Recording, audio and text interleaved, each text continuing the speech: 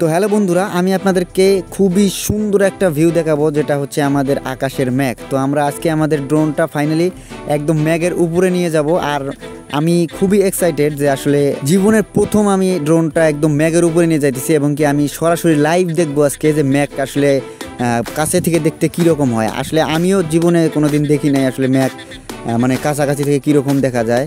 তো লাইভ দেখবো আজকে, ভিডিওটি দেখতে থাকুন। আপনাদের সুবিধার ক্ষেত্রে আমি ভিডিওটা একটু স্পিড করে দিতেছি। দেখেন, যদিও আকাশে সেরকম ক্লিয়ার মেঘ ছিল না, আকাশের মেঘগুলো একটু কীরকম যেন ঝাপসা ঝাপসা ছিল, মানে সেই অন্য দিনের মতো ক্লিয়ার না। তারপরেও একটু বাতাস ছিল, যেই কারণে আসলে খুবই রিস্ক আসলে মেঘের উপরে যাওয়া। তা জানি না কী হবে আমাদের সাথে, ড্রোনটা আসলে ফিরে আবার আনতে পারবো কি না। তো যাই হোক, আমরা আজকে দেখবই আসলে মেঘ দেখতে কীরকম বা কাছাকাছি দেখার ভিউটা কীরকম আসে, ফিলটা কীরকম নেওয়া যায়। তো যাই হোক, আমরা কিন্তু একদম কাছাকাছি চলে আসছি। দেখেন এখানে আমরা ক্যামেরাটা আপ করলে দেখতে পারবো আসলে আমাদের মেঘের কী অবস্থা। তো দেখতে পাচ্ছেন আমরা কিন্তু মেঘের সেম পজিশনে আছি। আর একটু উপরে নিয়ে গেলে আমার সম্ভবত মনে হয় মেঘের থেকে একটু উপরে যাওয়া যাবে।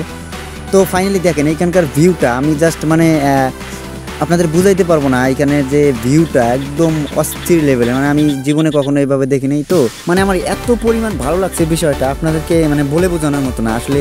মানে আমি কখনো ধারণা করতে পারি নাই যে এইভাবে কোনোদিন দেখতে পারবো। তো ভিডিওটা আমার কাছে খুবই চমৎকার এবং ভিউটা একদম অসাধারণ লেভেলের লাগছে, যে কারণে ভিডিওটা আপনাদের মাঝে শেয়ার করলাম।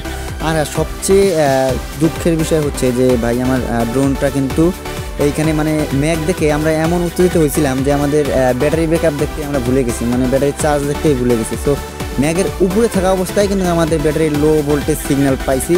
সো তারপরে কিন্তু আসলে ওই ব্যাটারি ব্যাকআপ নিয়ে আমাদের মেঘের উপর থেকে ড্রোনটা আমাদের কাছ পর্যন্ত আসতে পারবে না। তখনই আমি বুঝে ফেলছি যে ভাই এটা আর হবে না, মানে ওইখান থেকে ড্রোনটা নামতে আমাদের এখানে আস্তে আস্তে ব্যাটারি একদম অফ হয়ে যাবে। তো যখন নিচে নামছে মানে সেম পজিশনে, যখন আমাদের চোখে বাজছে ড্রোনটা যে না ড্রোনটা নামতেছে, ঠিক সেই টাইমে আমাদের ড্রোনের ব্যাটারি একদম অফ এবং কি পড়ে গেছে।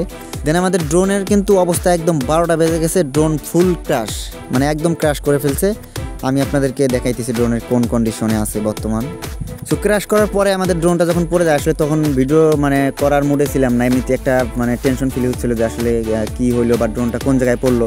সো যেই কারণে আমরা ক্র্যাশের পরের ভিডিও বা ক্র্যাশ করার সময় যে ভিডিওগুলো সেগুলো করতে পারি না। দেন আমরা ড্রোনটা বাসায় নিয়ে আসার পরে এই ভিডিওটা করছি। দেখেন, তো হয়তো আমাদের এই ভিডিওটাই আমাদের ড্রোন আমাদেরকে উপহার দিয়ে গেল। তো সবাই ভালো থাকবেন, সুস্থ থাকবেন।